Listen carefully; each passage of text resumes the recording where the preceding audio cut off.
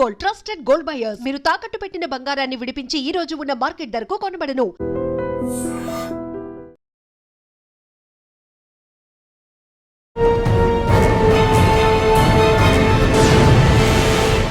ఈ వారం మన గెస్ట్ 2009 పోలీస్ ఆఫీసర్ పేరు అరుణ్ కుమార్, డిఎస్పీ భద్రాచలం.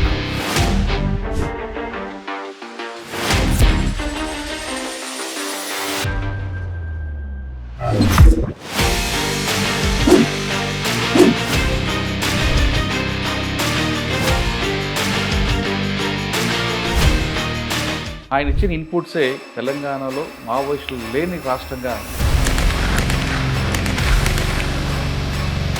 92ల రాళ్ళవాగు బ్లాస్టింగ్ అని ఒకటి మన police జీబును పేల్చారు.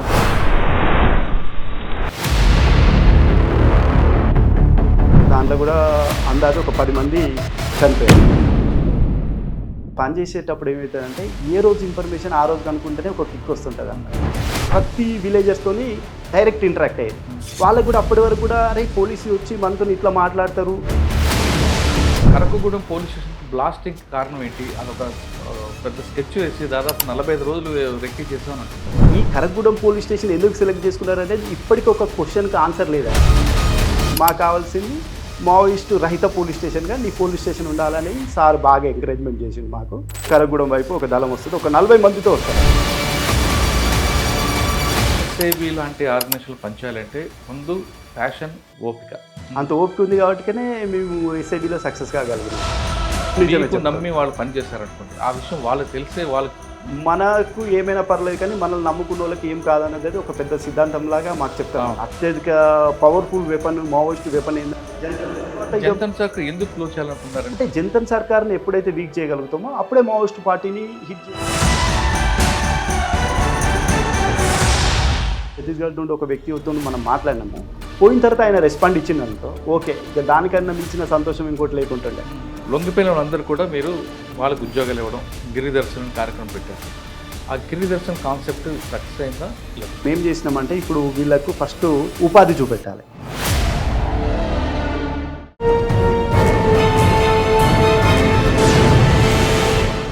Welcome to crime diaries. ఈ వారం మన గెస్ట్ 2009 పోలీస్ ఆఫీసర్ పేరు అరుణ్ కుమార్, డిఎస్పీ భద్రాచలం. 2009లో పోలీస్ డిపార్ట్మెంట్ వచ్చిన అరుణ్ కుమార్ గారు ఎక్కువ శాతం ఇంటెలిజెన్స్లో పనిచేశారు. నక్సల్స్ మూమెంట్ పనిచేసిన ప్రాంతంలో ఎక్కువ కాలం ఇంటెలిజెన్స్ పనిచేశారంటే మీ అందరికీ అర్థమై ఉంటుంది.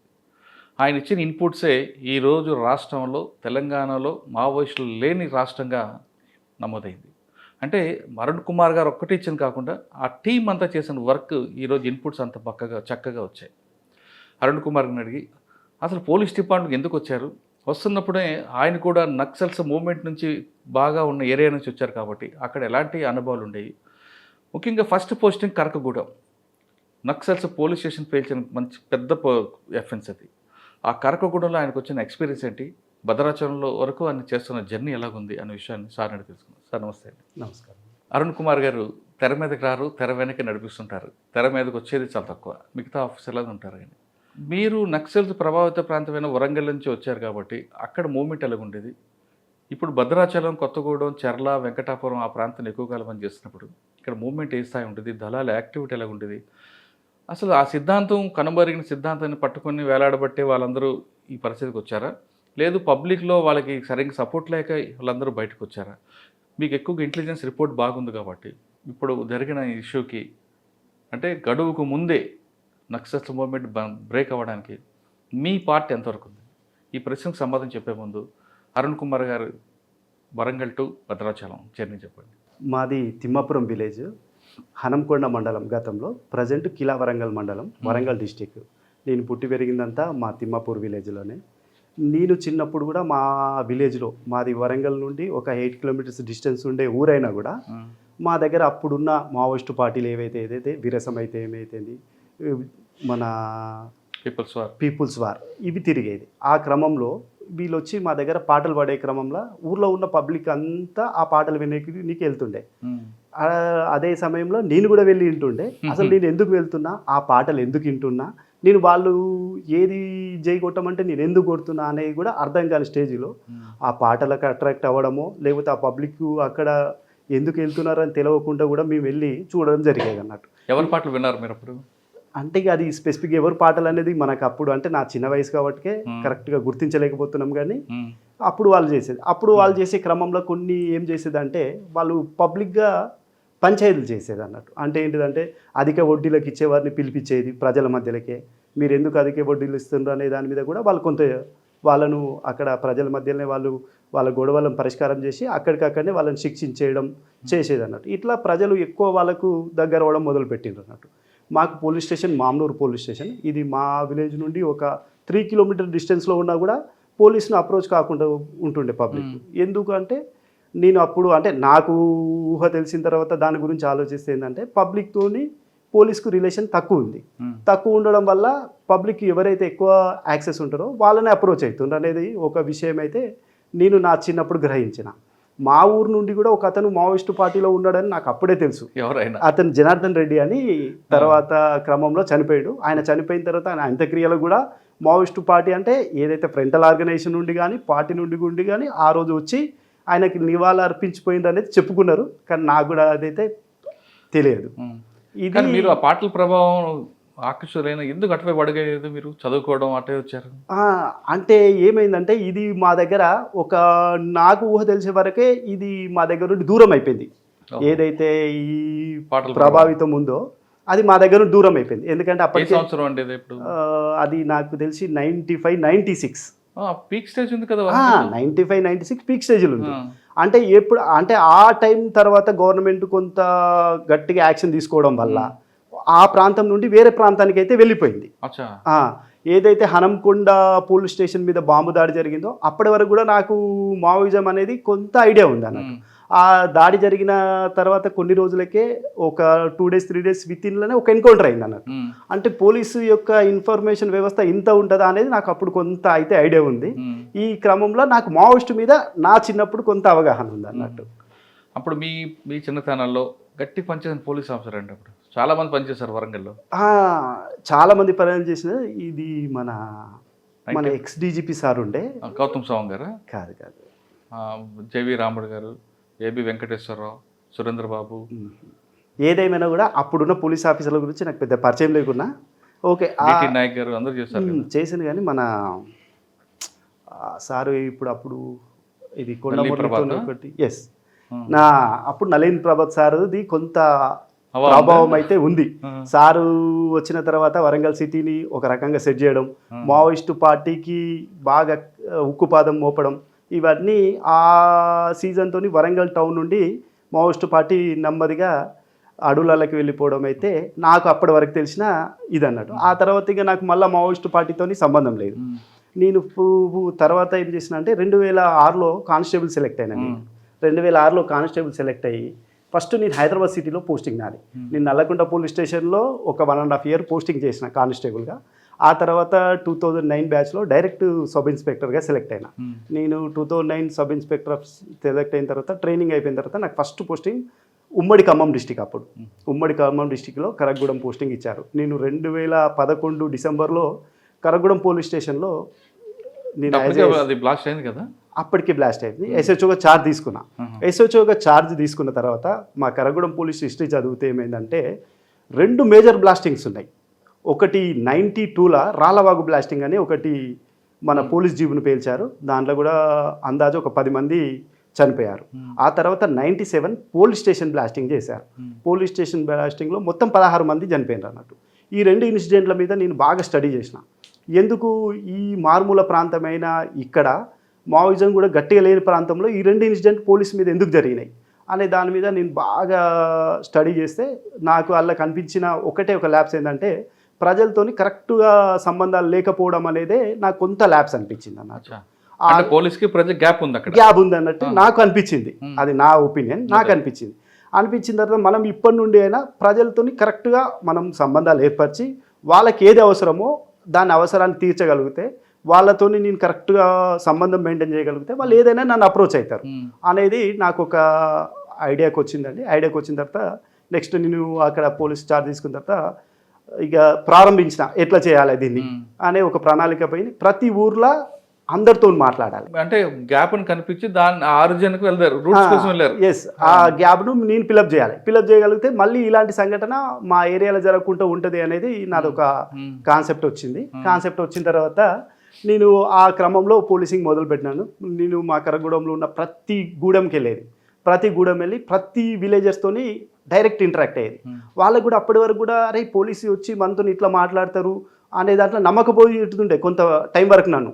ఎందుకంటే అప్పటి వరకు పోలీసులు ఊర్లలోకి పోయి ప్రజలతోని ఇట్లా ప్రత్యక్షంగా మాట్లాడిన సందర్భాలు చాలా తక్కువ ఉండే ఆ టైంలో.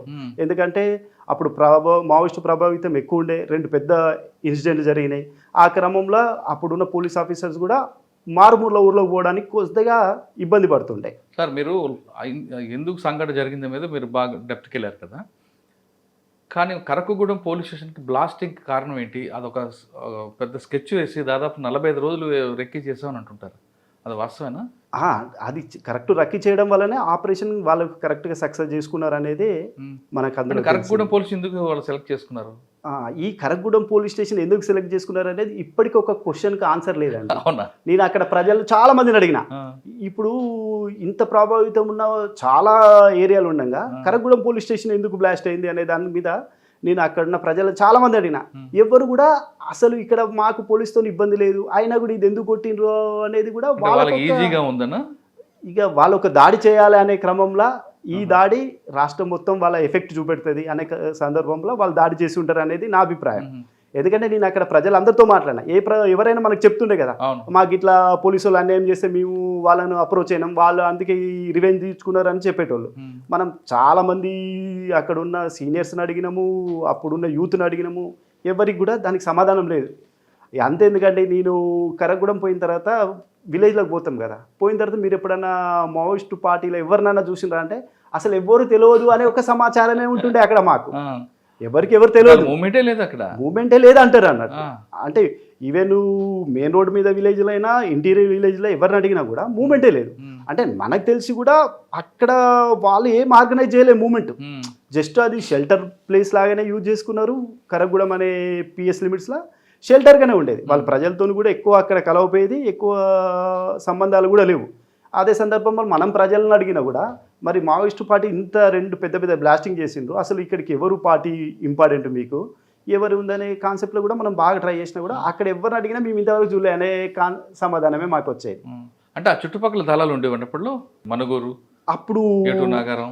అప్పుడు ఏమైందంటే ఇప్పుడు తెలంగాణ స్టేట్ కమిటీ గతంలో డీకేజెడ్సీ అని ఉండేది. డీకేజెడ్సీ నేను కరగూడెం పోలీస్ స్టేషన్లో ఉన్నప్పుడు డీకేజెడ్సీ ఉండేది. డీకేజెడ్సీలో అప్పుడు కేకేడబ్ల్యూ అని డివిజనల్ కమిటీ. కేకేడబ్ల్యూ అంటే కరీంనగర్, వరంగల్, ఖమ్మం, ఇది ఒక డివిజన్ కమిటీ ఉండేది. ఆ డివిజన్ కమిటీలో మా మనుగూరు ఏరియా ఒక దళం ఉండేది. ఆ మనుగూరు ఏరియా దళం అనేది అప్పుడు అంతగా పెద్ద ప్రభావితం కాదు. అప్పటికే ఈ దళాలన్నీ కూడా షెల్టర్ కోసం ఛత్తీస్గఢ్కి వెళ్ళినాయి. మన దగ్గర కొంత టైట్గానే ఉంది, దళాలు అయితే షెల్టర్ కోసం ఛత్తీస్గఢ్కి వెళ్ళాయి. కాకపోతే ఫ్రీక్వెంట్గా వచ్చి వాళ్ళు ఆర్గనైజ్ చేయడము పోవడం అనేది అయితే జరుగుతుంది. వాళ్ళ ఉనికి కోసమే బ్లాస్టింగ్. అంటే ఆ బ్లాస్టింగ్ 90 to 97 అయినప్పుడు కొంత దళాలన్నీ తెలంగాణలోనే ఉన్నాయి. తర్వాత 2004 అయిన తర్వాతనే ఈ దళాలన్నీ ఛత్తీస్గఢ్కి వెళ్ళినాయి. కొంత పోలీస్ ఏదైతే టైట్ చేయడం వల్ల ఈ దళాలన్నీ ఛత్తీస్గఢ్కి వెళ్ళిపోయినాయి. ఛత్తీస్గఢ్లో షెల్టర్ పెట్టుకొని ఆర్గనైజేషన్ పర్పస్ మాత్రమే వచ్చి 2 నెలలు 3 నెలలు తిరిగి ఆర్గనైజ్ చేసి మళ్ళీ రిటర్న్ పోతుండే. మళ్ళీ కొంత గ్యాప్ తీసుకొని మళ్ళీ వచ్చి ఆర్గనైజ్ చేసి వాళ్ళైతే చేసేది. సార్ మీరు సంవత్సరం పాటు పనిచేస్తారు కదా కరంగూడెంలో? నేను 2.5 సంవత్సరాలు 2.5 సంవత్సరాలు చేశారు. ప్రజలకి పోలీసు ప్రజలు గ్యాప్ లేకుండా మీరు ప్రతి గూడెం వెళ్ళారు, మాట్లాడారు. మరి అటువైపు నుంచి రాలేదా థ్రెట్ మీకు?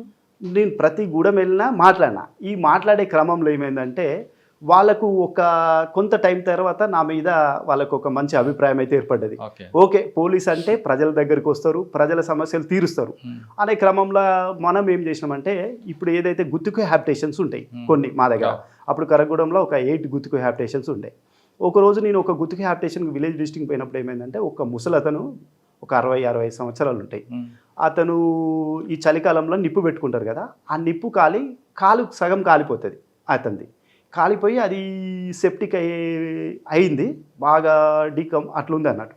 ఉన్న క్రమంలో మనం చూసి అరే ఇంత అయినా కూడా మీరు హాస్పిటల్ పోకపోతే ఇబ్బంది పడతారని చెప్పేసి అతన్ని మనం ఏం చేసినాం, దగ్గరుండి హాస్పిటల్ షిఫ్ట్ చేసి అతనికి ట్రీట్మెంట్ చేయించి మంచిది అయిన తర్వాత తీసుకొచ్చి అదే విలేజ్లో పెట్టినాం. అప్పుడు వాళ్ళకు పోలీస్ మీద ఒక మంచి అభిప్రాయం వచ్చింది. ఓకే, పోలీస్ అనేటోళ్ళు ప్రజలకు పని చేస్తారు, వాళ్ళకు మనం ఏదైనా చెప్పుకోవచ్చు, మన కష్టాలు బాధలు ఏవైనా చెప్పుకోవచ్చు అనే దాంట్లో అట్లా ఇది ఒక చిన్న ఎగ్జాంపుల్. అట్లా మేము ఏం చేసినామంటే ఇట్లా వైద్యం ఎవరికైతే అవసరం ఉందో వాళ్ళకు వైద్యం చేయించినాం, ఇంకా ఆర్థికంగా ఎవరికైనా ఏదైనా కావాలన్నా కూడా చేసినాం. వాళ్ళకు వేరే ఇప్పుడు మండల ఆఫీస్లో కానీ ఆర్డీఓ ఆఫీస్లో కానీ కలెక్టర్ ఆఫీస్లో కానీ ఏమైనా పని ఉందనుకో వీళ్ళు పోయి చేసుకోలేరు, వీళ్ళు ఒక దళారిని పట్టుకోవాల్సిందే, ఆ దళారి ఎప్పుడు పని చేయబోతుంది. అట్లాంటి టైంలో మనం ఏం చేసినామంటే ఈ ఆఫీసులకు వీళ్ళని తోలే ముందు కన్సర్న్ ఆఫీసర్కు మనం ఫోన్ మాట్లాడి ఇట్లా మా దగ్గర నుండి ఒక కంప్లైంట్ వస్తుంది, మీరు కొద్దిగా వాళ్ళకి హెల్ప్ చేస్తే మా దగ్గర వీళ్ళు పోలీసుకు కొంత అనుకూలంగా పనిచేస్తారు అనే కాన్సెప్ట్లో మనం అన్ని గవర్నమెంట్ దగ్గరికి వీళ్ళు ఎవరు పోయినా కూడా మనం రికమెండ్ చేసేది, వాళ్ళకు పని జరిపించేది. ఆ విధంగా పోలీసుకు ఉన్న ప్రజలకు మంచి సంబంధాలు ఏర్పడాయి. అప్పుడు నాకు ఫస్ట్ హరికుమార్ సారు ఉండే, ఆ తర్వాత రంగనాథ్ సార్ వచ్చింది. రంగనాథ్ సార్కు మావోయిజం మీద మంచి గ్రిప్ ఉంది.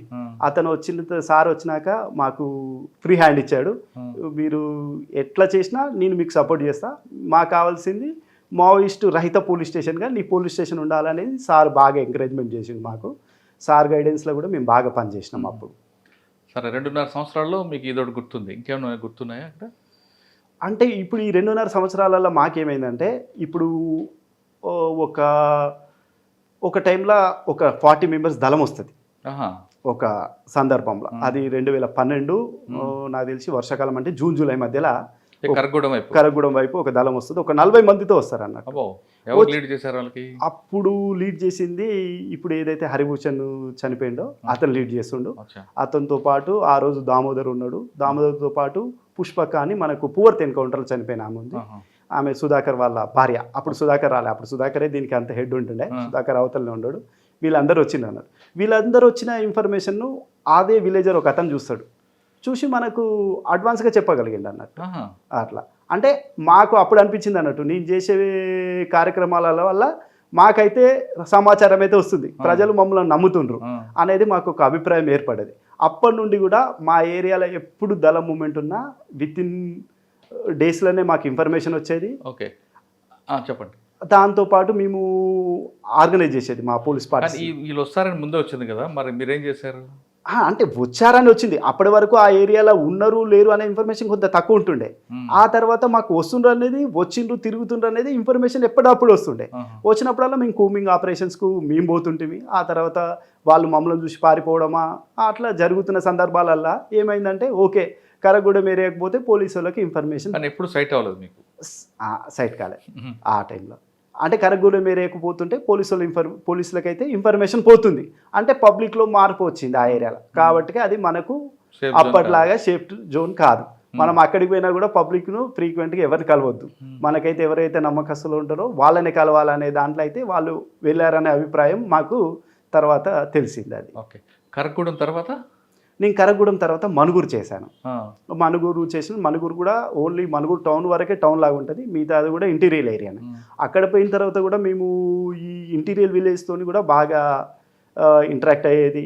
అక్కడికి అంటే కొద్దిగా మనుగురుకు తక్కువలేండి, ఎందుకంటే మనుగురు అంతా కొద్దిగా టౌన్ వాతావరణంలో ఉంటుంది, విలేజెస్ ఇంటీరియల్ తక్కువ ఉంటాయి.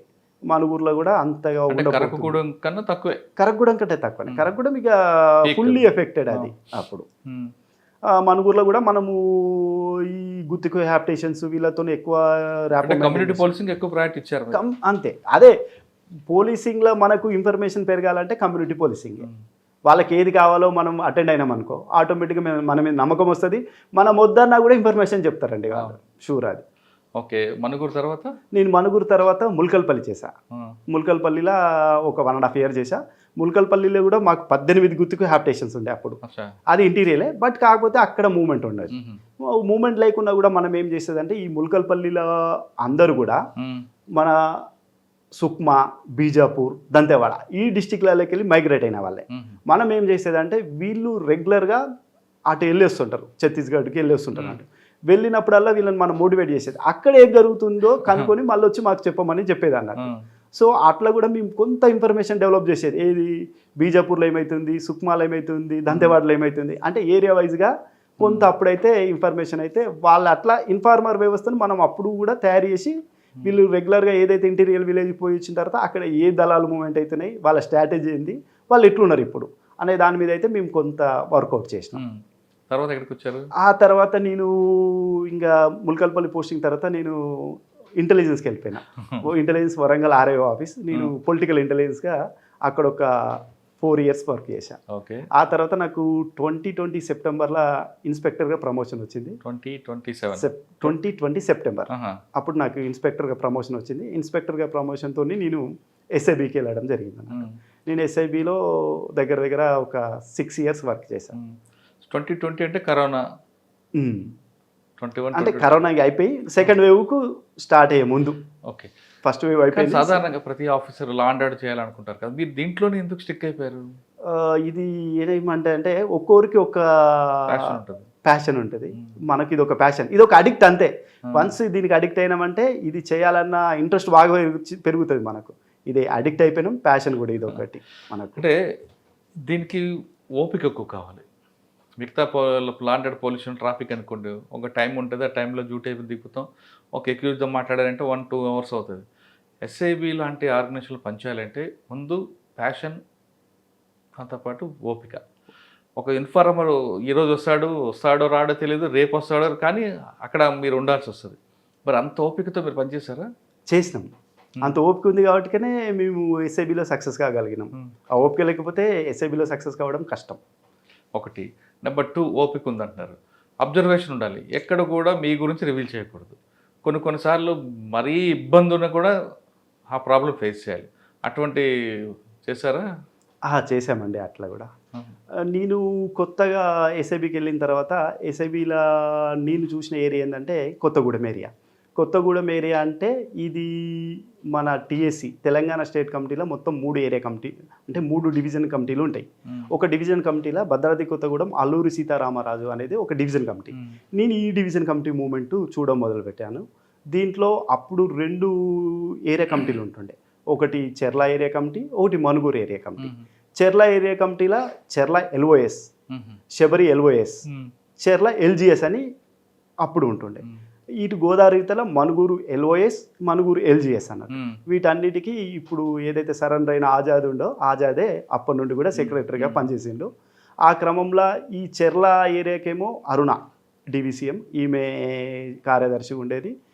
మనుగూరుకేమో లచ్చన్న మంతు టీమ్ క్యాడర్లలో వీళ్ళు కార్యదర్శిగా పనిచేసిండ్రు. నేను ఎస్ఐబికి వచ్చి ఈ ఏరియా చూసేటప్పుడు చేసేటప్పుడు ఈ దళాలు రెగ్యులర్గా మనుగూరుకు ఏదైతే దళం ఉందో వీళ్ళు షెల్టర్ ప్లేస్ మాత్రం ఛత్తీస్గఢ్లో ఉంటుండే. కానీ ఆర్గనైజేషన్ పరంగా టీమ్స్ గోదావరి క్రాస్ అయ్యేది. మన Karagudem PS limits, Gundala, Alapalli, Manuguru, Ashopuram, Palvancha rural ఈ పోలీస్ స్టేషన్లలో మాత్రం వీళ్ళు ఈ ఏరియాలో ఉన్న ఏదైతే ఫారెస్ట్ ఉందో ఆ ఫారెస్ట్లో తిరిగేది. ఆర్గనైజేషన్కి అయితే వచ్చిపోతుండే. కానీ ఆర్గనైజేషన్కి వీళ్ళు వచ్చేపోయే క్రమంలో మేము కూడా సేమ్ వీళ్ళు ఏదైతే ప్రాంతంలో సంచరిస్తారో అదే ప్రాంతాలలో మేము కూడా సంచరించేది. ఇప్పుడు మీరు సంచరించామంటున్నారు కాబట్టి ఆ ప్రాంతంలో వెళ్ళినప్పుడు మీ కవర్ ఏంటి, ఏ విధంగా ఉంటుంది? అంటే ఇక మేము కవర్ చెప్పకూడదు. పోలీస్ అని చెప్తే ఎవ్వరు సహకారం చేయరు. ఫస్ట్ వాళ్ళకు ఆ ప్రాంతానికి ఏదైతే అవసరం ఉంటుంది, ఏ నీడ్ ఉంటుంది, ఆ ప్రాంతానికి ఎవరు ఎక్కువ పోతారు అనేది ఫస్ట్ స్టడీ చేసుకుంటాం కాబట్టి ఆ కవర్లో వెళ్ళిపోతాం అన్నమాట. ఫస్ట్ మేము ఈ గుత్తికి హ్యాబిటేషన్కి వెళ్ళినాం అనుకో, ఎక్కువ ఏం చేస్తామంటే ఏదన్నా సంస్థ పేరు చెప్తాం వాళ్ళకు. అంటే ఈ సంస్థ తరపున మేము వచ్చినాము, మీకు ఏమేమి అవసరాలు ఉన్నాయి, ఏమేమి అవసరాలు లేవు అనే దాని మీద మేము ఒక సర్వే చేస్తున్నాము, దాని గురించి వచ్చినాము అని చెప్పేసి మేము ఫస్ట్ ఆ విలేజ్లోకి ఎంటర్ అవుతాము. ఎంటర్ అయిన తర్వాత ఆ విలేజ్లో మేము మనకు పనికి వస్తారు ఎవరు అనే దాని మీద ఐడెంటిఫై చేసుకుంటాం. ఫస్ట్ చేసుకొని అతన్ని ఫోన్ నెంబర్ తీసుకోవడమా లేకపోతే అతన్ని మనం అనుకున్న ప్లేస్కు రమ్మని చెప్పడమా అనేది కొంత జరిగేది. వాళ్ళు మా దగ్గరికి వచ్చిన తర్వాత వాళ్ళతో మేము ఇక అప్పుడు ఓపెన్ మాట్లాడేది అన్నట్టు. ఇట్లా మేము పనిచేసేది మీ గురించే, మీకోసం పనిచేస్తున్నాం కాబట్టి మీరు మాకు సహకారం చేస్తే మీరు రానున్న రోజులలో సంతోషంగా బతుకుతారు, మీ పిల్లలు సంతోషంగా బతుకుతారు, మంచి చదువులు చదువుతారు, మీకు స్కూల్స్ వస్తాయి, హాస్పిటల్స్ వస్తాయి, పవర్ సప్లై వస్తుంది, వాటర్ ఫెసిలిటీ వస్తుంది, గవర్నమెంట్ ఏవైతే మీకు ఉంటాయో అవన్నీ కూడా ప్రొవైడ్ అవుతాయి. కాబట్టి ఎవరో ఒకరు కష్టపడితే మిగతా వాళ్ళందరూ సుఖపడతారు అనే కాన్సెప్ట్లో మేము వాళ్ళకు బాగా బ్రీఫ్ చేసేది. కానీ మీ మాటలు నమ్మేవారండి వాళ్ళు? ఆదివాసులు తొందరగా నమ్మరు కదా. నమ్మరు. కాకపోతే వాళ్ళకు మన మీద నమ్మకం రావాలంటే వాళ్ళకి ఏదైతే పని కావాలో ఆ పని ఫస్ట్ మేము చేసేది. ఫస్ట్ వాళ్ళు ఏదైనా వర్క్ అడిగేది మమ్మల్ని. వర్క్ అడిగితే అది ఎంత వర్క్ అయినా కూడా ఎంత దూరమైనా ఏ ఆఫీసర్లతోనైనా మాట్లాడి ఆ పని చేపిసేది మేము ఫస్ట్. ఆ పని చేసిన తర్వాత వాళ్ళకి కొంత నమ్మకం వచ్చేది మన మీద. ఇంకొకటి ఏంటంటే మనం ఏదైతే వాళ్ళతో మాట్లాడుతున్నామో మన మాటలలో వాళ్ళకు ధైర్యం అంటే మన మాటల మీద వాళ్ళకు నమ్మకం రాగలిగితే 100% ఇక వాళ్ళు మనకు పనిచేస్తారు. ఒక్కసారి మనకు పనిచేయడం మొదలు పెడితే ఇంక వాడు అబద్ధం అనేది చెప్పడు, ఎప్పుడు నిజమే చెప్తాడు. నమ్మి వాళ్ళు పని చేశారు అనుకోండి, ఆ విషయం వాళ్ళకి తెలిసే వాళ్ళకి కోవర్ట్ అని పేరు మీద వాళ్ళని చంపేస్తారు. మరి అటువంటి ప్రాబ్లం ఫేస్ చేస్తూ మీరు సపోర్ట్ చేసేవారు? ఎస్, అట్లాంటి ప్రాబ్లమ్స్ కూడా ఫేస్ చేస్తూ అంటే మాకు ఎస్ఐబిలో ఫస్ట్ ఏం చెప్తారంటే మనకు ఏమైనా పర్లేదు కానీ మనల్ని నమ్ముకున్న వాళ్ళకి ఏం కాదనేది ఒక పెద్ద సిద్ధాంతంలాగా మాకు చెప్తారు అన్నట్టు. అంటే మనకు పని కాకుండా పర్లేదు కానీ మనల్ని నమ్ముకున్న వాళ్ళకి ఎవరికి కూడా హాని జరగవద్దు అనేది ఒక ముఖ్యమైన సిద్ధాంతం మీద వర్క్ చేస్తాం మేము ఎప్పుడైనా కూడా. ఎందుకంటే వేరే వాళ్ళ ప్రాణాలు పణంగా పెట్టి మేము వర్క్ చేయం. ఆ సిద్ధాంతం మీదనే ఎవరికి ఏం కాకుండా ఉండే రీతిగానే సమాచారాన్ని మేము అట్లనే సేకరిస్తాం. అసలు ఈ సమాచారం మాకు ఎట్లా వచ్చిందనే విషయము అవతల వాళ్ళకి అర్థం కావాలంటే చాలా కష్టం. అది ఒక గ్రామాలకు వెళ్ళారనుకోండి, ఒక ఇంటికి వెళ్ళారనుకోండి, వెళ్ళే ఉంటారు. ఆ ఇంటికి వెళ్ళిన వ్యక్తి మీద ఖచ్చితంగా వాళ్ళకి ఫోకస్ ఉంటుంది, ఇది ఇన్ఫార్మర్ అని. మీరు వెళ్ళిన వ్యక్తి ఇంటి మీద దాడి చేయడమో చంపడం చేస్తుంటారు. మరి మీకు ఆ ప్రాబ్లం ఎలా సాల్వ్ చేశారు? ఇక్కడ ఏం జరుగుతుందంటే అండి, మేము ఫస్ట్ ఎవరైతే మాకు పర్సన్ కావాలో ఆ పర్సన్ ఆ విలేజ్లో ఐడెంటిఫై చేసుకున్న తర్వాత ఆ విలేజ్లో మాట్లాడడం అస్సలు. ఆ పర్సన్ కోసం అతను ఎప్పుడైతే ఆ విలేజ్ వదిలి దగ్గరలో ఉన్న టౌన్ కానీ గ్రామానికి కానీ వస్తాడు అనేది ఒక ఇన్ఫర్మేషన్ ఉంటుంది మాకు. అతని కోసం వారమైనా నెలైనా వెయిట్ చేసేది. అతను ఆ విలేజ్కి వచ్చినప్పుడు ఒంటరిగా ఉన్నప్పుడు మాత్రమే అతన్ని మనము మాట్లాడేది అన్నట్టు. అట్లాంటి సందర్భాలలో మనం ఎవరితో ఏం మాట్లాడుతున్నాం అనేది ఎవరికి అంత ఈజీగా అయితే తెలియదు. అవునా? మీ దీంట్లోనే ఒకరు చేసే పని మీ పక్క వాళ్ళకి కూడా తెలియదు, మీ కుడి చేతి ఎడం చేతి కూడా తెలియదు. అవును. మరి అటువంటి ఆ ప్రాబ్లం ఎలా మీరు షార్ట్ అవుట్ చేసుకొచ్చారు? అంటే ఇక ఇది ఎట్లుంటుంది అంటే అండి, ఇప్పుడు నాకు నమ్మకంగా ఒక వ్యక్తి ఉంటాడు, మేమిద్దరం ఎక్కడ పోయినా ఆ వ్యక్తితోనే పోతాం, ఇంకొక వ్యక్తిని చూపటం కూడా. ఇదేంటంటే ఇది సిద్ధాంతం అంతే, మా సిద్ధాంతం. ఎందుకంటే వాడి ప్రాణానికి ఏం కావద్దు అనేది మా ముఖ్యమైన సిద్ధాంతం కాబట్టి ఇది ఎంత ఏమైనా కూడా ఈవెన్ మా పై ఆఫీసర్లకు కూడా వ్యక్తి ఎవరు అనే ఒక కోడ్ వర్డ్ చెప్తాం తప్ప వ్యక్తి ఎవరు అనేది వాళ్ళకు కూడా చెప్పాం. అంత సీక్రెట్. అది ఓకే, అది మీకు కమిట్మెంట్. అది కానీ మీ సిబ్బందిలోనే మీకు ఎవరికి సబార్డినేట్ ఉంటారు అనుకోండి, మీ కుడి చేయి చేసిన పని ఎడం చేయ కూడా తెలియకూడదు అసలు. అది మరి ఆ టాస్క్ని ఎలా చేసుకున్నారు? ఇంకా దాన్ని పరిస్థితులు అనుకుంటారా? ఓకే. ఇంకోటి ఫస్ట్ అప్పుడు మాట్లాడినట్లుగా మీరు ఒక కవర్ వేసుకెళ్తారు, ఆర్గనైజేషన్ గానో ఎల్ఐసి ఏజెంట్ గానో పేపర్ గానో డాక్టర్ గానో. ఒక్కొక్క గ్రామానికి ఒక్కొక్క కవర్ వేసుకుంటే డౌట్ వస్తుంది కదా, కామన్ కవర్ వేసుకుంటారా లేదా ఒక్కొక్క ఏరియాకి ఒక్కొక్క కవర్? లేదు, ఆ ఏరియాని బట్టే కవర్స్ ఉంటాయి. అంటే ఆ ఏరియాకు ఎక్కువ ఎవరు పోతారు, ఆ ఏరియాలో ఏ అవసరాలు ఎక్కువ ఉన్నాయి అనే దాని మీదనే చేసుకుంటాం. ఇప్పుడు మామూలుగా ఆ ఏరియాలో ఒక సెల్ ఫోన్ టవర్ ఉందనుకో, మేము ఆ సెల్ ఫోన్ రిపేర్ లాగానే వెళ్ళిపోతుంటే మాట్లాడు. అవును, ఆల్రెడీ రిపేర్ వచ్చి ఉన్నాడు అనుకోండి, అంటే మనకు ఫస్టే తెలుస్తుంది కదండి ఆ టవర్ దగ్గర అంత ఇంటీరియర్గా ఈజీగా టవర్ల రిపేరింగ్ ఎప్పుడు రావు. అంటే అదొక చిన్న ఎగ్జాంపుల్ అంతే. అట్లా మనకి ఏదైతే ఆ విలేజ్కి అవసరం ఉండే కవర్ ఉందో ఆ కవర్లో వెళ్ళిపోతాం. ఒకవేళ మీరు ఆ కవర్లో వెళ్ళారు అనుకోండి, వాళ్ళు ఎదురే అనుకోండి, ఏం చేస్తారు మీరు? ఏం చేసేవారు అసలు? అంటే అట్లాంటి సందర్భాలు అయితే ఎప్పుడు రాలేదు. ఒకవేళ వచ్చినా కూడా ధైర్యంగా అదే కవర్ను గట్టిగా మేము చెప్పేటోళ్ళం. స్టిక్ అయిపోతాం. ఓకే. ఒక ఇంట్లో వెళ్ళినప్పుడు ఆ టోపోగ్రఫీ చూసుకొని వెళ్తారా? ఒకవేళ ఏదైనా ఎఫెన్స్ అయింది అనుకోండి, ఎలాగ ఎగ్జిట్ అవ్వాలనేది ప్రతిసారి మనం తెలియని ఏరియాకి పోతున్నామంటే ఖచ్చితంగా ఆ టోపోగ్రఫీ తీసుకుంటాం. ఎంట్రీ ఎట్లుంటుంది, ఎగ్జిట్ ఎట్లుంటుంది, మనం పోయే టైంలో ఇంకేమన్నా ఇబ్బందులు ఏర్పడతాయి అనేది మనం ముందే అంత మ్యాప్లో ఎనాలిసిస్ చేసుకున్న తర్వాతనే మేము వెళ్ళి వస్తుంటాం. వెపన్ క్యారీ చేస్తారా లేదా మామూలుగా వెళ్ళిపోతారా? మామూలుగా వెళ్తాం. అంటే వారు ఎవరు సందర్భాన్ని బట్టి అంతే. ఇలాగా మీరు దాదాపు 5-6 సంవత్సరాలు చేస్తారు కదా, ఏ దళంతో డైరెక్ట్ మాట్లాడారా? ఇక డైరెక్ట్ మాట్లాడిన సందర్భాలు ఉండవండి. సరే, వీళ్ళంతా షెల్టర్ జోన్ మంది అనుకుందాం, లేదంటే షెల్టర్ జోన్ ఛత్తీస్గఢ్, మన దగ్గర ఎఫెన్స్ చేసి వెళ్ళిపోతుంటారు. వచ్చి వెళ్తే సందర్భాలు ఎక్కడ సైట్ అయ్యా మీకు? అంటే వచ్చి వెళ్ళే ఇన్ఫర్మేషన్ మనకు ఎప్పటికప్పటికి దొరుకుతూ ఉంటుంది. ఈ సందర్భంలో మేము ఆపరేషన్కు తక్కువ వెళ్తాం. మాకు ఆపరేషన్ పర్పస్ వేరే పార్టీస్ ఉంటాయి, అవి వాళ్ళ ఆపరేషన్కి వెళ్తారు అన్నట్టు. మేము ఓన్లీ ఇన్ఫర్మేషన్ మాత్రమే షేర్ చేయగలుగుతాం అన్నట్టు. సార్, ఇందులో పక్కన ఎక్కడో మీ ఏరియా కాకుండా పక్కన కూడా జరిగింది, ఒక ఎఫెన్స్ అయింది అనుకోండి, వాళ్ళు చేశారు, ఇంకా మీ ఆఫీసర్లు ప్రెజర్ ఇస్తారు, ఏం చేస్తున్నావు, ఏమైంది, మూమెంట్ ఎలాగుందని. ఒక్కొక్కసారి ఆ గన్మ్యాన్ వాళ్ళ వైపు వాడికి సెంట్రీ వస్తాడు, వాడి కోసం వెయిట్ చేస్తుంటారు, వాడు రాలేదు హ్యాండ్ ఇస్తుంటాడు. ఇటువంటి సంఘటనలు ఏమైనా మీకు ఎదురయ్యా? అట్లాంటి సందర్భాలు తక్కువ ఉంటాయి ఆ. నా దగ్గర. సెంట్రీ మనకి హ్యాండ్ ఇవ్వడం సెంట్రీ అంటే వాళ్ళకి ఒక పార్టీకి సెంట్రీ ఉంటాడు కదా, ఎస్. ఆ సెంట్రీ మీద మీకు ఇన్ఫార్మ్ అనుకుందాం, ఆ సెంట్రీ రాలేదు, ఈలోగా ఏదో జరిగింది, మీ ఆఫీసర్లు మీకు అడుగుతుంటారు.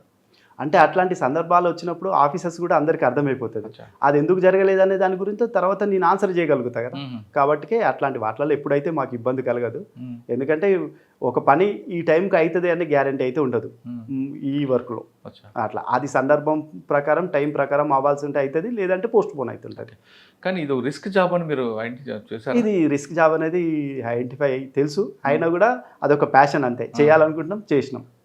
ఒక వాళ్ళు కలవాలనుకోండి, ఇదంతా మైండ్ గేమ్ ఎస్ఐబి అనేది. ఆ మైండ్ గేమ్లో మీకు బాగా నచ్చింది ఒక గేమ్ చెప్పండి. ఇక అంటే చాలా ఉంటాయి, ఇక ఇది చెప్పలేదు. దళాలు ఎక్కడెక్కడ, చర్ల, వెంకటాపురం ఇవన్నీ కాకుండా, కేకే డబ్ల్యూ కాకుండా ఇంకా వేరే మూమెంట్ ఉండేదా? ఇప్పుడు మనకి యాక్చువల్గా ఇది ఏదైతే భద్రాద్రి కొత్తగూడెం డిస్టిక్ ఉందో దీనికి బార్డర్ అంతా ఛత్తీస్గఢ్ స్టేట్ ఉంటుంది. ఛత్తీస్గఢ్ స్టేటు సుక్మా, బీజాపూర్ ఈ రెండు డిస్టిక్స్ మన భద్రాద్రి కొత్తగూడెంకు ఉంటాయి. ఇప్పుడు సుక్మా, చర్ల పోలీస్ పిఎస్, చెర్ల, దుమ్ముగూడెం రెండు పోలీస్ స్టేషన్లకు ఇవి బార్డర్ అన్నట్టు. ఏదండి చర్ల, చెర్ల, దుమ్ముగూడెం కూడా ఈ రెండు పోలీస్ స్టేషన్లకు ఇవి బార్డర్ మనకు. సుక్మా, బీజాపూర్. ఈ సుక్మా, బీజాపూర్ ఏదైతే మన బార్డర్ ఏరియా ఉందో ఈ బార్డర్ ఏరియాలో దక్షిణ్ బస్తర్ అని ఒక డివిజనల్ కమిటీ ఉంటుంది వాళ్ళది. దక్షిణ్ బస్తర్ డివిసి అని ఉంటుంది. ఈ డివిసి కింద మొత్తం 4 ఏరియా కమిటీలు ఉంటాయి. 4 ఏరియా కమిటీలలో ఒకటి పామిడ్ ఏరియా కమిటీ, రెండవది కిస్టారం ఏరియా కమిటీ, మూడవది కుంట ఏరియా కమిటీ, నాలుగవది జగురుగొండ ఏరియా కమిటీ. కానీ మీరు చెప్పిన కుంట మినహాయించి మిగతా 3 చాలా అగ్రెసివ్గా ఉంటుంది కదండి. అప్పుడు కుంట కూడా చాలా అగ్రెసివ్గానే ఉండేది. ఈ 3 కమిటీల కింద మళ్ళీ ఏమిటంటే ఏరియా కమిటీలు ఉంటుండే. మళ్ళీ ఆ ఏరియా కమిటీల కింద వాళ్ళ ఈ ప్లటూన్స్ ఉంటాయి. ప్లటూన్స్ అంటే వాళ్ళ మిలిటరీ దళాలు, అవి మిలిటరీ దళాలు. వీటికి తోడుగా పిఎల్జిఏ ఫస్ట్ బటాలియన్ ఎప్పుడు ఈ దక్షిణ బస్తర్ ఏరియాలనే వాళ్ళు మూవ్మెంట్ చేసేటోళ్ళు వీళ్ళకు అనుకూలంగా. అందుకే ఈ ప్రాంతం చాలా గట్టి పట్టున్న ప్రాంతం మావోయిస్టుకు. ఇది మనకు బార్డర్ ఒకటి. ఈ వీటికి తోడు ఇక్కడ జంతన్ సర్కార్ అనేది వాళ్ళ యొక్క గట్టి వెపన్. అది అత్యధిక పవర్ఫుల్ వెపన్, మావోయిస్ట్ వెపన్ ఏంటంటే జంతన్ సర్కార్. ఈ జంతన్ సర్కార్లో ఇంపార్టెంట్ ఏంటంటే విలేజ్ కమిటీ మెంబర్స్ ఒకటి, మిలిషా ఒకటి, మహిళా కమిటీ కేఎంఎస్ అని ఉంటుంది.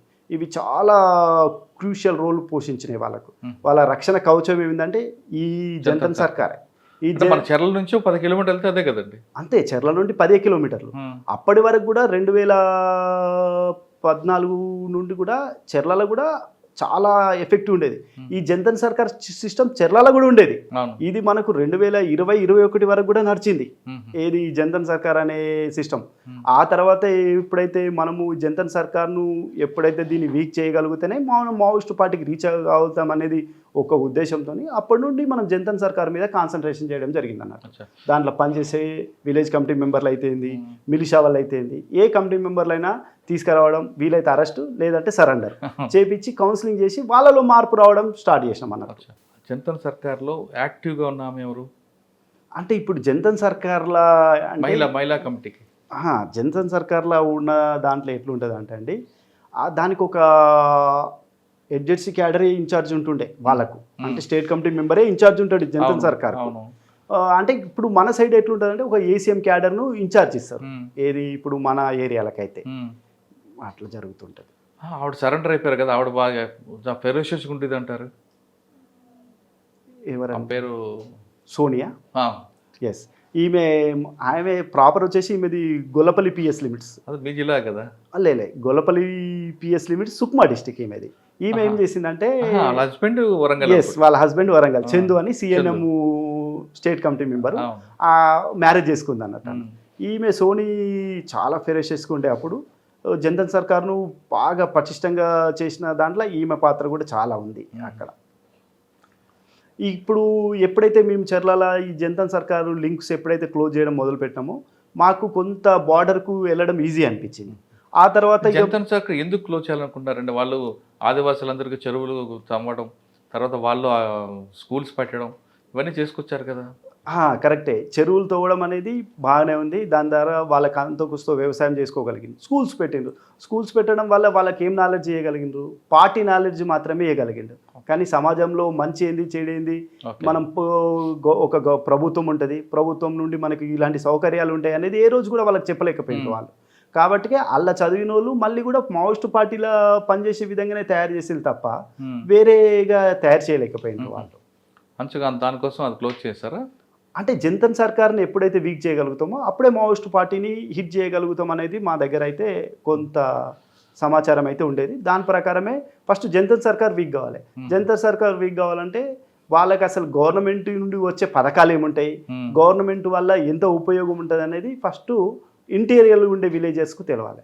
ఫస్ట్ వాళ్ళు ఏదైతే ఇంటీరియర్ విలేజెస్ వాళ్ళ అభిప్రాయంకు ఏముంటుంది అంటే వీళ్ళు ఒకటే చెప్తారు అన్నట్టు, గవర్నమెంట్ మీ దగ్గరకు వస్తే మీ భూములు తీసుకుపోతుంది అంతే. ఇది ఒక్కటే చెప్తుంది అన్నట్టు. గవర్నమెంట్ వస్తే మీ మిమ్మల్ని భూములు ఉండనివ్వవు, మీ పశువులను తీసుకుపోతుంది. ఇలా చెప్పే వరకు ఏంటంటే ఆదివాసీలకు భూములు అంటే ప్రాణం, పశువులను పెంచుకోవడం అన్న కూడా ప్రాణం. ఈ రెండింటిని పోతాయంటే వాళ్ళు ఒప్పుకోకపోతుండే. కాబట్టి వాళ్ళు ఆటోమేటిక్గా వాళ్ళకే సపోర్ట్ చేస్తుండే. ఈ క్రమంలో మనము అవేర్నెస్ చేయడం ప్రారంభించినాం. వీళ్ళు చెర్లకు రెగ్యులర్గా ఆదివారం సంతలకు వస్తుంటారు, లేదా ఏ పని మీద వచ్చినా కూడా మనం వాళ్ళతో మాట్లాడడం స్టార్ట్ చేసినాం అన్నట్టు. అంటే ప్రభుత్వం రావడం వల్ల మంచి రోడ్స్ వస్తాయి. ఫస్ట్ రోడ్స్ వస్తే హాస్పిటల్స్ వస్తే స్కూల్స్ వస్తాయి, ఎలక్ట్రిసిటీ వస్తే మంచినీళ్ళు వస్తాయి. ఇవన్నీ మీకు రానున్న రోజులలో జరుగుతాయి. కాబట్టి మీరు గవర్నమెంట్ సహకారం చేయాలనేది మనం కొంత స్టార్ట్ చేయడం జరిగింది అవేర్నెస్ వాళ్ళకు. ఈ అవేర్నెస్ కూడా చేయడం వల్ల కూడా కొంత పబ్లిక్ అయితే మారింది ఛత్తీస్గఢ్లో. కానీ చెర్ల నుంచి లోపలికి వెళ్ళడానికి రోడ్లు వేయడం, ఒక చిన్న చిన్న కల్వర్ట్లు కట్టడం ఇవన్నీ కూడా చేశారు మీ టీం.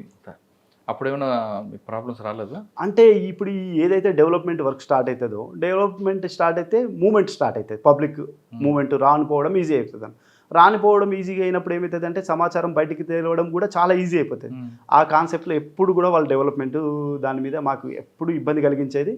ఆ ఇబ్బంది కలిగించినా కూడా మేము అవన్నీ దాటుకుంటూ ముందుకెళ్ళడం జరిగింది. సార్, ఇప్పుడు ఏ దళ మూమెంట్ ఉందో ఆ దళాల యాటిట్యూడ్ ఎలాగుంటుంది, వాళ్ళు ఎవరు పేరు ఇష్యూస్ అన్నీ కూడా మీకు రికార్డులు ఉంటాయి. కానీ ఏటుపాక దగ్గర ఒక బస్సు తగలబెట్టడం, అదేవిధంగా చెర్ల దగ్గర ఇంకొక సంఘటన జరగడం, ఇలా సంఘటన అక్కడక్కడ జరిగినప్పుడు అంటే మీకు ముందే తెలుసా ఏదో జరగబోతుందని? అంటే ఇప్పుడు ఏమైతుందంటే మనకు నెట్వర్క్ ఉండదండి. ఫస్ట్ ఛత్తీస్గఢ్లో మనకి ఇన్ఫార్మర్స్ ఉన్నా కూడా నెట్వర్క్ ఉండదు. ఆ ఏటుపాక బస్ తగలబెట్టడం ఐడియా ఉందా మీకు? ఉంది, ఐడియా ఉంది. ఇది ఎక్కడ ఉంటుంది అంటే మన కుంట నుండి చింతూరు ఈ రూట్లో ఆ సంఘటన జరిగింది. ఇది కుంట ఏరియా కమిటీ అప్పుడు కొంత స్ట్రెంగ్త్ అని ఉంటుండే, వాళ్ళు ఆ సంఘటనలో పాల్గొన్నారు. అట్లా అంటే మనకి ఏమవుతుంది అంటే ముందు తెలియవా అంటున్నాను. ముందు తెలుస్తుంది అంటే అన్ని విషయాలు తెలివాయి. ఫస్ట్ కొన్ని విషయాలు మాత్రమే తెలియగలుగుతాయి. ఎందుకంటే మనకున్న ఇన్ఫార్మర్స్ ఆ సిగ్నల్కి వచ్చి మనకు ఫోన్ చేస్తేనే ఇన్ఫర్మేషన్. అట్లా సందర్భాలలో కొన్ని అడ్వాన్స్గా తెలియకపోవడానికి అయితే ఆస్కారం ఉంటుంది. చెర్ల దగ్గరలో మావోయిస్ట్ పార్టీ వాళ్ళకి సంబంధించిన ఆమె కోవట్ పేరు మీద ఒక రాధా నామని చంపేస్తారు. ఆ సంఘటన ఎప్పుడు తెలిసిందండి మీకు? ఇప్పుడు అంటే మనకేమవుతుంది అంటే ఆమెను చంపేసి తర్వాతనే మనకు తెలిసింది. కాకపోతే అంత ముందుకే వాళ్ళ మావోయిస్టు పార్టీలో కొంత వాళ్ళకి విభేదాలు ఉన్నాయి అనేది మాత్రము కొంత ఇన్ఫర్మేషన్ ఉంది. కానీ ఆ సంఘటన ఇట్లా జరుగుతుందని మాత్రం మేము ఊహించలేకపోయాం. కానీ మావోయిస్ట్ పార్టీ ఒక యాక్షన్ టీం కోసం 1+1 తిరగడానికి బైకులన్నీ దొంగతనాలు చేసిన బైకులు తీసుకోవడం, ఒక 15 బైకులు పక్కన పెట్టారు. ఆ సమాచారం మీ నోటీసులు ఉందా? అంటే దొంగతనం చేసిన బైకులు కాదు, కానీ వీళ్ళు ఏదైతే విలేజెస్ ఉంటారో వాళ్ళు వచ్చి సెకండ్ హ్యాండ్ బైకులు అయితే కొనుక్కోపోవడం జరిగేది అన్నట్టు. కొన్ని దొంగతనం జరిగిన బైకులు కొన్నారు అంటే దొంగతనం బైకులు కాదండి. ఏదైతే ఇప్పుడు సిఆర్పిఎఫ్ వాళ్ళు ఎక్కువ బైక్స్ యూజ్ చేస్తారు చూసినా, వాళ్ళ మీద అటాక్ చేసినప్పుడు వాళ్ళ బైకులు తీసుకుపోయింది. ఆ బైకులు కొంత పార్ట్ వాళ్ళ దగ్గర. ఈ 15 బైకులు దేనికోసం, వాళ్ళు ఏ ఉద్దేశంతో? అంటే ఇప్పుడు మావోయిస్ట్ పార్టీలో కూడా ఏమైతుందంటే గతంలో ఉన్నంత క్రమశిక్షణ లేదు. వాళ్ళు కూడా కొంత సుఖానికి అలవాటు పడ్డారు. ఇది వరకు ఎంత దూరమైనా ఓపికగా నడిచేవాళ్ళు. ఇప్పుడు వాళ్ళు కూడా బండ్ల మీద తిరగడం స్టార్ట్ చేసింది. వాటి పర్పస్ ఎక్కువ ఉపయోగించుకున్నారు వాళ్ళు. అంటే బళ్ళు, సెల్ ఫోన్లు అంతే. బండ్లు, సెల్ ఫోన్లు ఏంటంటే ఎక్స్ట్రాక్షన్ అంతే. బయట సమాచారం తెలుసుకోవడం, బయట ఎక్స్ట్రాక్షన్ చేయడానికి సెల్ ఫోన్స్ ఉపయోగించారు. లోపల తిరగడానికి ఈజీ కోసం బండ్లు ఉపయోగించారు. తర్వాత మీ ఇన్ఫర్మేషన్ ఎవరు ఇన్ఫర్మేషన్ అంటే 2024లో మేజర్ ఎన్కౌంటర్ ఇక అది ఎవరి ఇన్ఫర్మేషన్ అంటే అది ఒక వ్యవస్థ ఇన్ఫర్మేషన్, దానివల్ల వర్క్ జరిగింది. అంటే వాళ్ళు దేనికోసం వచ్చారండి అక్కడికి? ఆర్గనైజేషన్ కోసం వచ్చారు. అచ్చా. అంటే తెలంగాణలో ఇప్పుడు ఛత్తీస్గఢ్లో ఇలాంటి కఠినమైన పరిస్థితులు వస్తే తెలంగాణలో ఎట్లా ఉండాలి అనే దాని మీద కొంత ఆర్గనైజ్ చేద్దామని అయితే వచ్చిండ్రు అన్నట్టు. అది మీకు ముందే వచ్చింది? ఆ సమాచారం మాకు ముందే వచ్చింది. దాంట్లో భాగంగానే సార్ వాళ్ళు కర్రెగొట్టుల మీద స్టాండ్ అవ్వాలని చెప్పి మీకు సమాచారం ఉందా, లేదంటే అంతా అయిపోయింది క్లోజింగ్ టైంలో తెలిసింది కర్రెగొట్ల? లేలే, ఎప్పుడు అయితే ఈ కొత్త క్యాంపులు మొదలు పెట్టడం జరిగిందో, ఇప్పుడు ప్రజెంట్ చెర్లాల మనకు గతంలో క్యాంప్స్ లేకుంటుండే. ఎప్పుడైతే చెన్నాపురం, ఉంజుపల్లి, పూసుకుప్ప ఈ 3 క్యాంపులు వేసిన తర్వాత మాకు బాగా అర్థమైపోయిందండి. క్యాంపులు వేస్తే క్యాంప్ సరౌండింగ్ ఒక 10 km వరకు అయితే మనము మావోయిజాన్ని అయితే క్లోజ్ చేయొచ్చు అనేది అయితే మాకు కొంత సమాచారం ఉంది అన్నట్టు. అట్లా ఇదే విధంగా మనకు ఈ పామేడు బెల్ట్లో కూడా క్యాంపులు పడ్డాయి మనకు.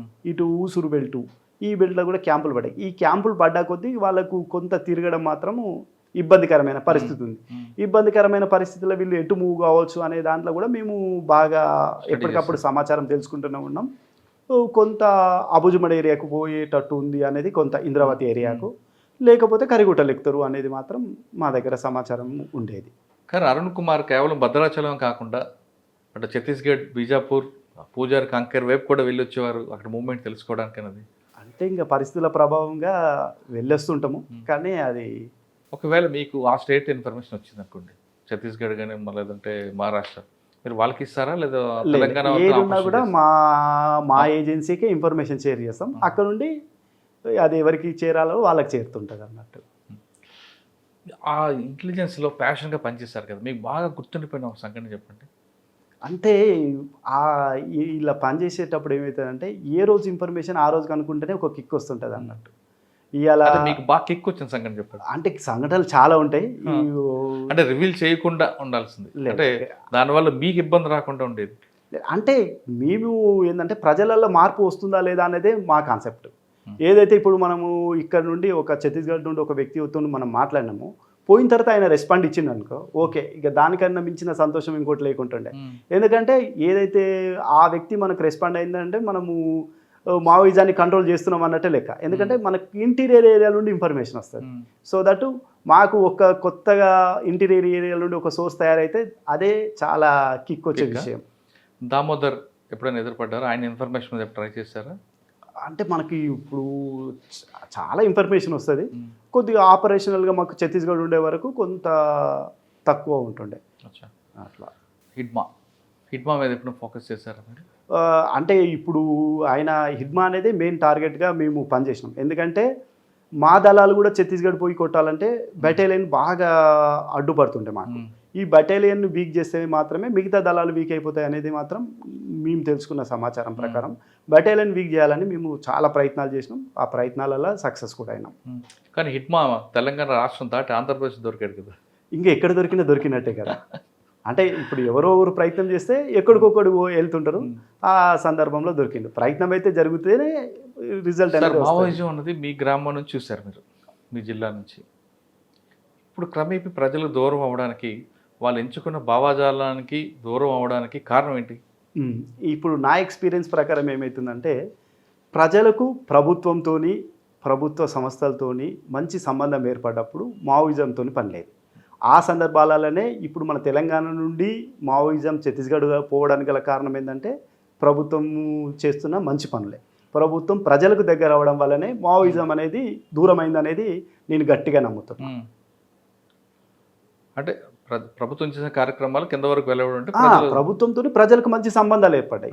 ఏదైతే ఇప్పుడు ఫస్ట్ మన అంటే ఆంధ్రప్రదేశ్ ప్రభుత్వం అయితేంది, తెలంగాణ ప్రభుత్వం అయితేంది, కొన్ని మంచి నిర్ణయాలు తీసుకుంది. ప్రతి ఊరుకు రోడ్ వేయడం స్టార్ట్ చేసింది. ప్రతి ఊరుకు కనీస సౌకర్యాలు ఏవైతే స్కూలు, వైద్యము, త్రాగునీరు, ఎలక్ట్రిసిటీ ఇవి అందించడం స్టార్ట్ చేసిందో ప్రజలకు ఏమవుతుందంటే ప్రభుత్వాల మీద మంచి నమ్మకం వచ్చింది. ఓకే, మనము ఆ మావోయిజంకు ఎన్ని రోజుల దగ్గర ఉన్నా కూడా అభివృద్ధి కాము, అదే ప్రభుత్వానికి దగ్గరికి పోతే అభివృద్ధి వాళ్ళ కళ్ళ ముందే కనబడుతుంది కదండి. ఎందుకంటే రోడ్లు వచ్చినాయి అనుకో, ఇదివరకు చిన్న చిన్న నదుల మీద, వాగుల మీద బ్రిడ్జిలు లేకుంటుండే, తర్వాత చాలా బ్రిడ్జెస్ కట్టినాం. వాళ్ళ రవాణా సౌకర్యాలు మెరుగుపడ్డాయి. వైద్యము పోవాలన్నా చాలా ఈజీ అనిపించింది. ఎడ్యుకేషన్ వాళ్ళది డెవలప్ అయింది. ఈ ఏదైతే ప్రభుత్వం నుండి రావాల్సిన పథకాలని అన్నీ అందడం స్టార్ట్ చేసిన తర్వాత వాళ్ళకు ఇంకా మావోయిజంతో పని లేదు కదండి. ఎప్పుడైతే ప్రభుత్వం దూరంగా ఉంటుందో మావోయిజం అక్కడ, అంటే మేము కనుక్కున్నది, అంటే మాకు తెలిసినది ఏంటంటే ఎక్కడైతే ప్రభుత్వం రీచ్ కాలేదో అక్కడ మావోయిజమే గట్టిగా పట్టు చేసింది. ఎప్పుడైతే ప్రభుత్వం అక్కడికి రీచ్ అయిందో అప్పుడు మావోయిజం ఆటోమేటిక్గా బ్యాక్ కావాల్సిందే, అదంతే. ఎందుకంటే ప్రజల సహకారం లేనప్పుడు ఎవరు కూడా అక్కడ ఉండలేరు. కానీ ఇంత ఈజీగా ఇంత తొందరగా అనుకున్న టైం కన్నా ముందే ఈ చాప్టర్ క్లోజ్ అవుతుందని మీరు ఎక్స్పెక్ట్ చేశారా?